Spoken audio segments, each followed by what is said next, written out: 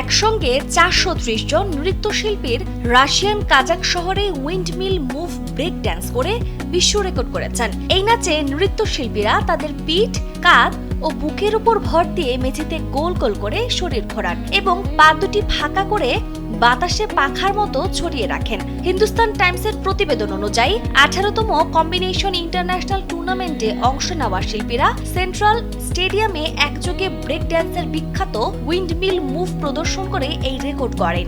গত 19 ও 20 আগস্ট ধারণ করা এই আয়োজনের বিভিন্ন ভিডিওতে দেখা যায় সুবিশাল স্টেডিয়াম জুড়ে শত শত নৃত্যশিল্পী নিখুঁত ছন্দে শারীরিক কসরত ও নাচের পারফরমেন্স করছেন। স্যান্ডেলিনা সো, রূপচর্চায় আভিজাত্য। এই আয়োজনে রাশিয়ার 127টি শহরের পাশাপাশি তাইওয়ান, জাপান, জার্মানি এবং কাজাখস্তান থেকে 8 থেকে 50 বছর বয়সী আন্তর্জাতিক নৃত্যশিল্পীরাও অংশগ্রহণ নেন। তাতারস্তান প্রজাতন্ত্রের ক্রীড়া মন্ত্রণালয় জানিয়েছে, এই অঞ্চলে ব্রেক ড্যান্সের চর্চা 40 বছর পূর্তি উদযাপন করতেই মূলত এই বিশাল রেকর্ডের উদ্যোগ নেওয়া হয়েছিল। পুরো আয়োজনটি স্বাধীনভাবে যাচাই করেছেন স্বনামধন্য জার্মান ব্রেক ড্যান্সার লিল আমুক। তিনি 2H2B ওয়ার্ল্ড রেকর্ডস সিস্টেমের মানদণ্ড অনুযায়ী এই রেকর্ডটিকে আনুষ্ঠানিক স্বীকৃতি দিয়েছেন।